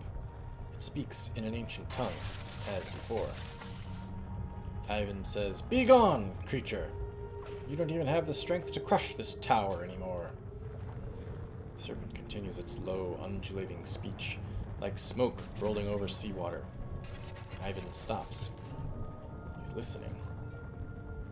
The serpent says, "Gore through Svavel." Ivar says, "What does it want?" Ivan says, "It's giving up. It wants to make a deal. Half a prophecy of extinction," it says. "The darkness will lift, and it will spare Arboron. It consumes only half the world." Oh, great. Here comes the Mass Effect 3 ending. You guys ready? Ivar says, "Half the world in exchange for what?" Ivan says, "Juno's energy. If I release it to the serpent, Juno will be gone, but she won't suffer." Tell Ivan is seriously considering it. So, up until now, we've known that two things might happen here. Ivan and Juno's plan, they tell us, was to put Juno back inside the Black Sun, have her attach it, but then she would be stuck inside the Black Sun forever, alive, immortal, just stuck there forever. The other possibility was one Alfrun told us, which is they're going to double cross the whole plan, and they're actually going to try to turn themselves into gods. The whole tribunal ending. And now apparently there's a third option, which is that we sacrifice Juno and half the world, but the serpent gives up, and Arboron is saved. Synthesis with the darkness, exactly right. Ivan, this isn't what we came to do. No, I won't let you do this. You're going to trust this thing to keep its word. I'm surprised. All of these are negative. We're not even tempted, apparently.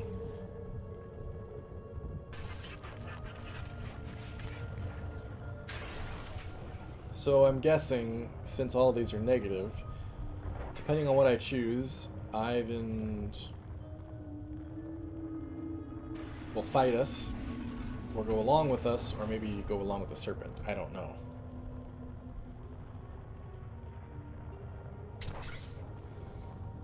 You're going to trust this thing to keep its word. I think that's the main thing.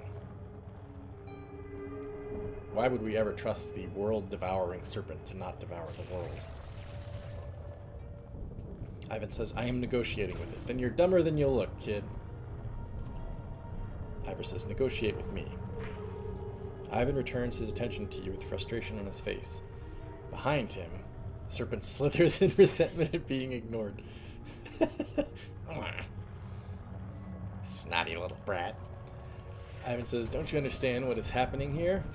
Ivor says, how could I? It's been nothing but lies and secrets since we first met. It's always secrets and lies.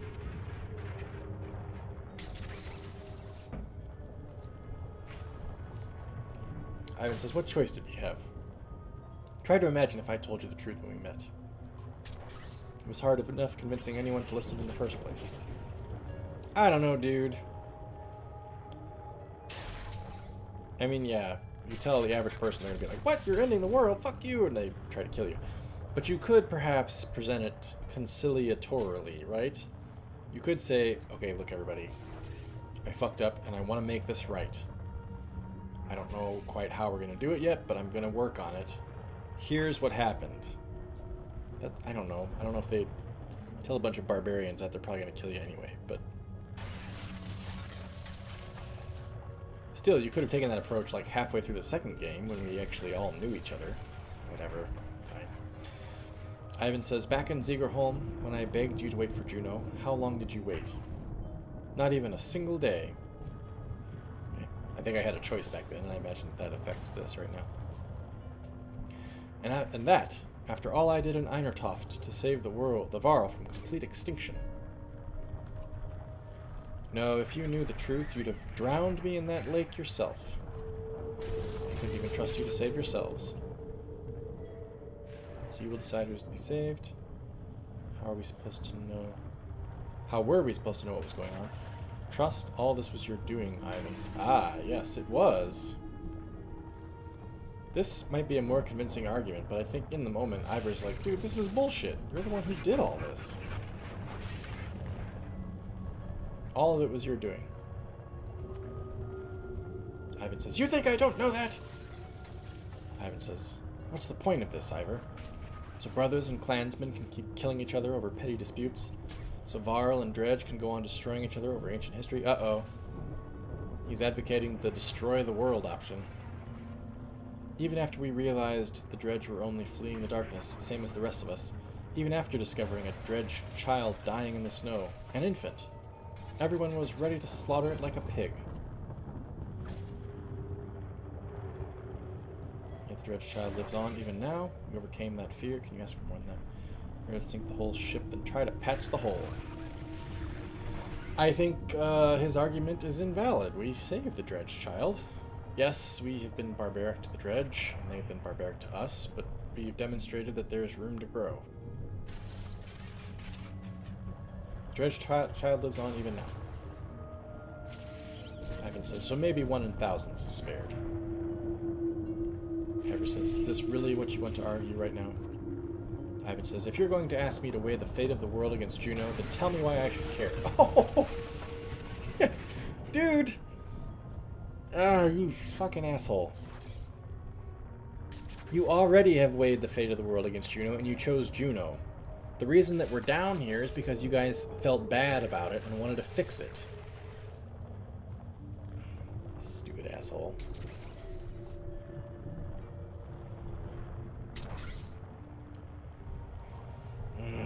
Serpent slithers anxiously.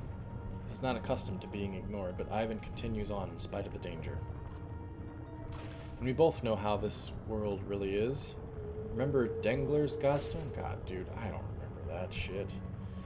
That old woman lies to our faces about who attacked who, then she mocks us for not butchering that stone hurler on sight. Oh, okay. Yes, I remember that now. Yeah. That was inside the warped world of above ground. What a whining baby. No kidding. And even with the truth laid so bare before us, there was a debate. How can we hope to overcome that kind of spite and ignorance, that hatred? He's pulling out all the tropes here. This is Theoden at Helm's Deep. How can man stand against such reckless hate?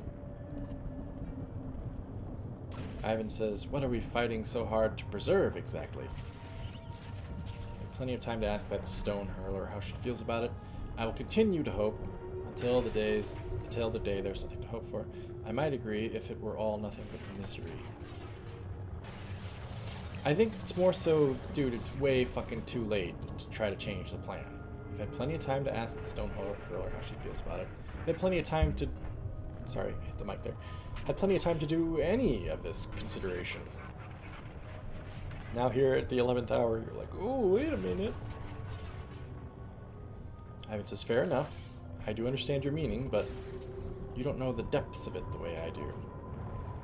There was a woman near Orsma River after we somehow survived crossing the chasm.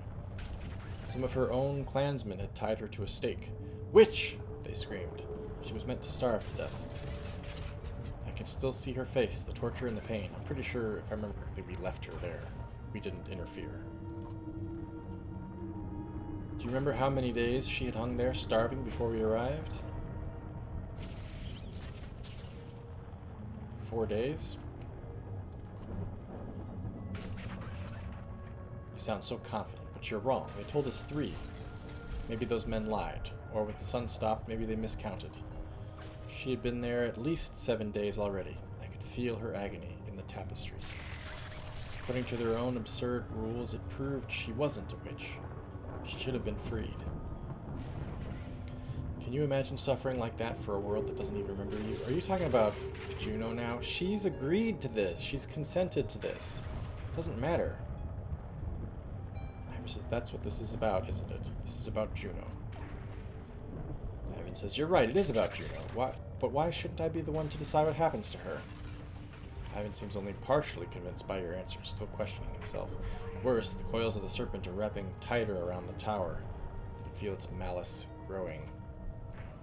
When we found Juno's body smashed and broken on the frozen sea, Ivan says, I saw that same fate for her as that poor woman starving to death. Suffering alone, forgotten. Everyone else was so quick to give up on her. I'm grateful that you did not, but that's what you're asking me to do now. I must sound pathetic. I realize it has to be hard to sympathize. But maybe of all people, you can, Ivor. When you stood against Bellower on the bridge of Einertoft, I finally recognized you, and I knew what you had done to Reyes and his child. He followed us to Borsgard to finish the job. What would you give to have Rook back? Oh, hey, that's punching below the belt there, dude. Ivan says, don't make Juno suffer an even worse fate. Please, Ivor. Trust me to find a solution. Ivan turns back to the serpent, his body radiating immense power as he speaks to it again. Alfrun gives you a severe look, as if to say, he lies. You recall her plan to complete the ritual in place of Ivan. If you're going to do something, it has to be now.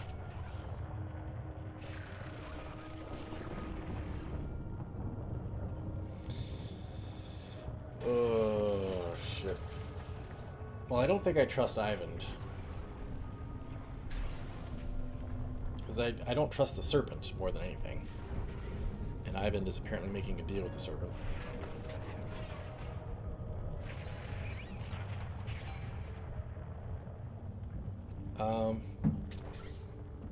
I think I'm either going to strike him down.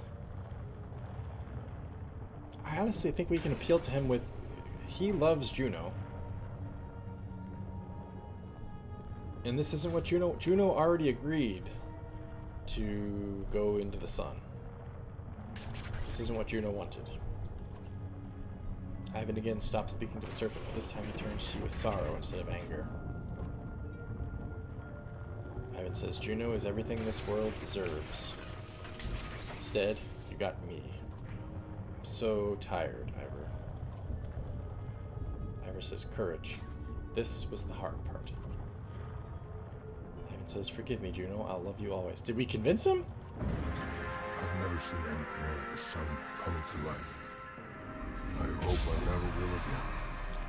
Stuck with him Just a speck so far above our heads was Juno, who turned the darkness into light. Ivan did not want to leave the sun behind as we departed the inner earth. I expect he will return there often. No warp crossed our path on the long trek home. They have all turned to ash. And now, we are coming to this journey's long end. The same thought rattling around my head the whole way. Do I dare to hope?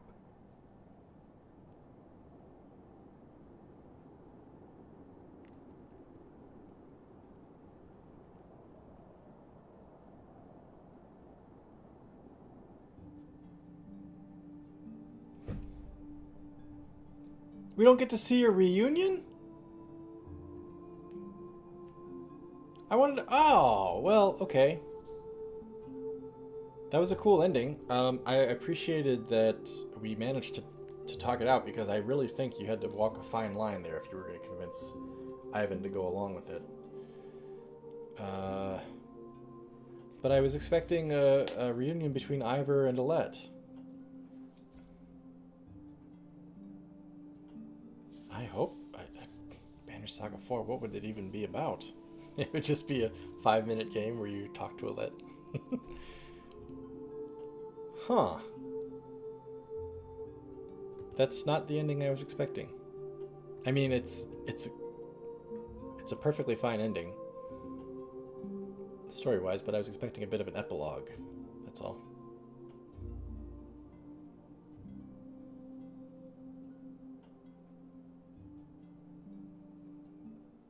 Maybe there is an epilogue? Ha ha ha! Okay. Phew! Thank you, game. I was about to say that was rather crappy that we didn't get an epilogue. Ubin says, somehow I knew they'd do it, yet the darkness is gone, I guess. Alio says, whatever it is. He continues, but the sun's actually moving again. For a long time, things were looking pretty hopeless. Ubin says, I'm definitely the oldest at this point. Zephyr says, the gods are dead, the world turned to dust, and on we go. So what do we do now? Are we all that's left? Not all of us. What do we do now? Wait, no, are we all that's left? I guess that's the bigger question. Zephyr says, I don't think so. Life will return. Grass and green will sprout from the dust. Even though Arborong is gone, I believe there are other survivors. Varl in the north, perhaps huddled around godstones.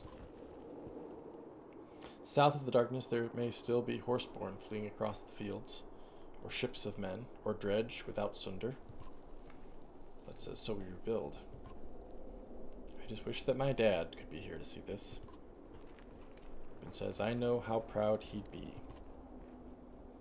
Alio says, for a long time now I've been thinking of an epic poem. You'll never guess the inspiration. Would you care to hear what I've got? It would be a pleasure. Let's hear it. Alio smiles and draws his lute from around his back. He sings with a brightness in his voice. He sings with a brightness in his voice. Alio sings. Only the sun has stopped, cut with keen-edged sword. Little did they sleep, lest they not come home. Weary the weight of the sun, of our bones the hills, the slayer and the slain. From their homes must all flee, and cast their hone into the air. To speak in all tongues where a foe may lurk, the destined day shall come. The fetters will burst, brothers fight, and kinship stain, and in fear quake all. The true hero comes reluctantly, raising high their shining light. Alas, the sea is still dead and wide, the hounds are a-hungered. We live as we will live, with the mighty grief that was ours and theirs. Only we few remember it now. Alio rests his throat, and then gives a little cough to indicate he's done. Ubin says, it's not bad as far as poetry goes. Like any good historical account, it could use more verses at the end there. Alio laughs. Aye, you're right. It certainly could. I'm a dredge lover. I'm guessing we're going to get little inter-credit cutscenes there. Or maybe not. Music started up. It looks like Ivor holding a little kid.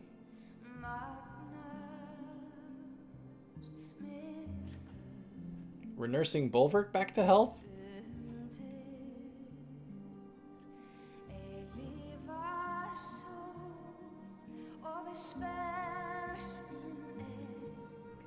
That's Folka nursing him back to health.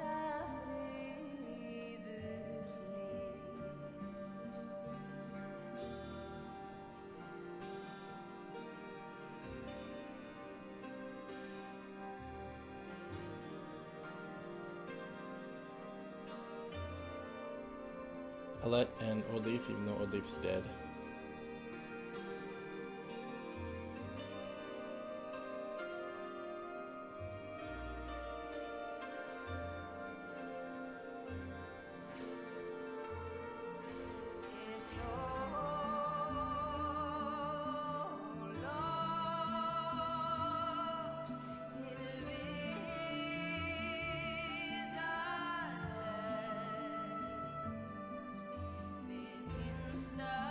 Little, you can't see it because it's behind me, but there's a little dredge baby in a basket coming up.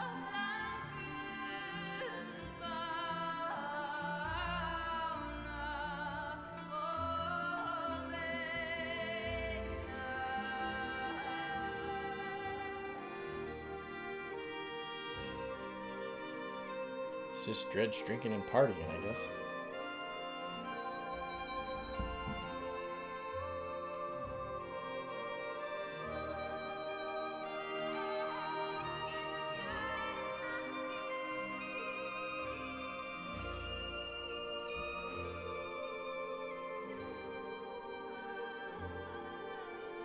Ubin and Canary and some other horseborn.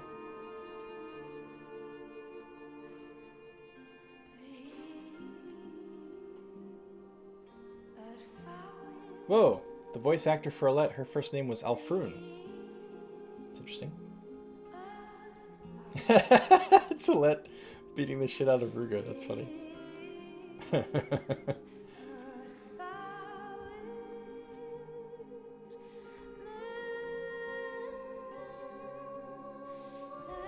Secret powers.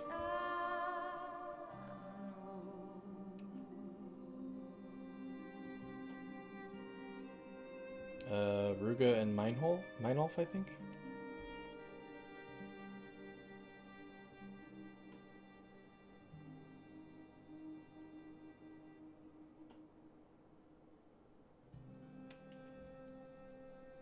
I don't know what the hell's happening there.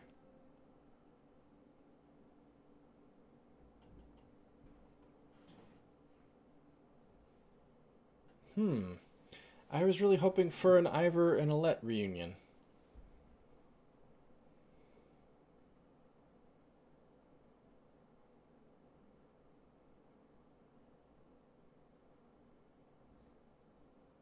Is that Ivor? He has 2 arms. I don't think that's him.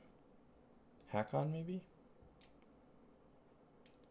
No, that's not Hakon. Hogan and Mogan. One of whom died, one of whom went off to become just a dad, I think. Interesting that there's no more music.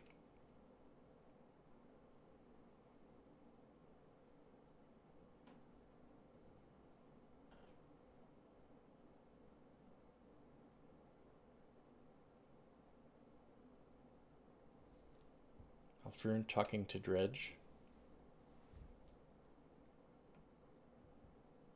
Oh, cool, I can speed it up. All right. Oh, look, little kids playing Dredge and...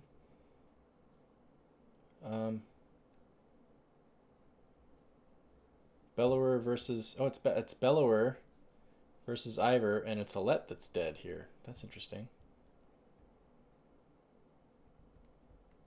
Cool, I like that they sped it up. Looks like Rook and maybe Alette's mom, and little Alette. I can't tell what's happening here.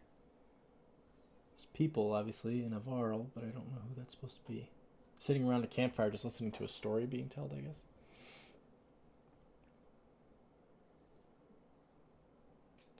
I would guess Alette, but I don't know who that is. Maybe that's supposed to be Rook and that's supposed to be his wife? I can't tell who that's supposed to be. Maybe nobody. Godstone, that's Ivan's staff. Oh, they made a Godstone for Juno. Cool. Though I wonder if that's only for maybe one option, like an option where Ivan and Juno make Juno a god, maybe.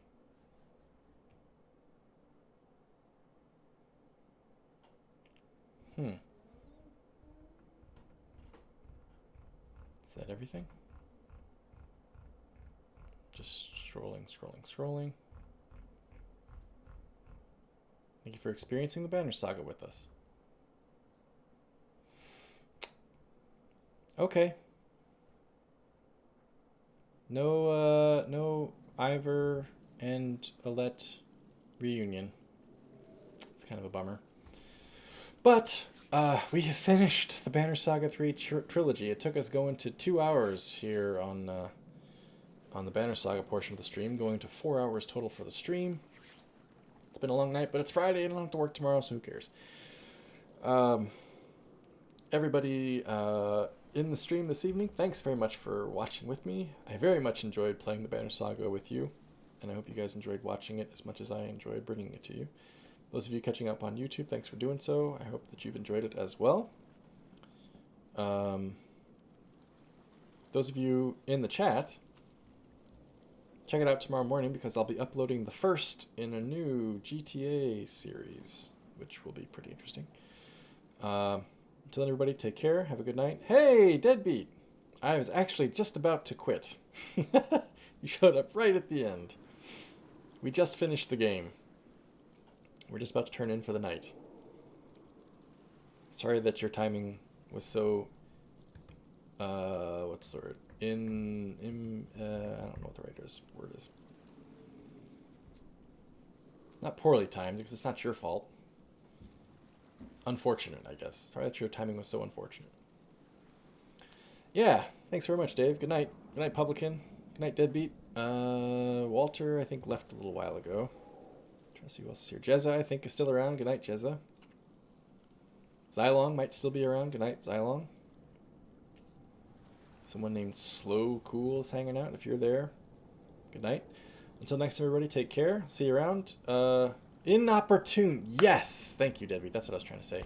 And we'll be streaming a new game in the second slot next week, which we should be doing on Thursday, 8 p.m. Eastern Standard Time. So until then, everybody, take care. And I will see you around. Good night.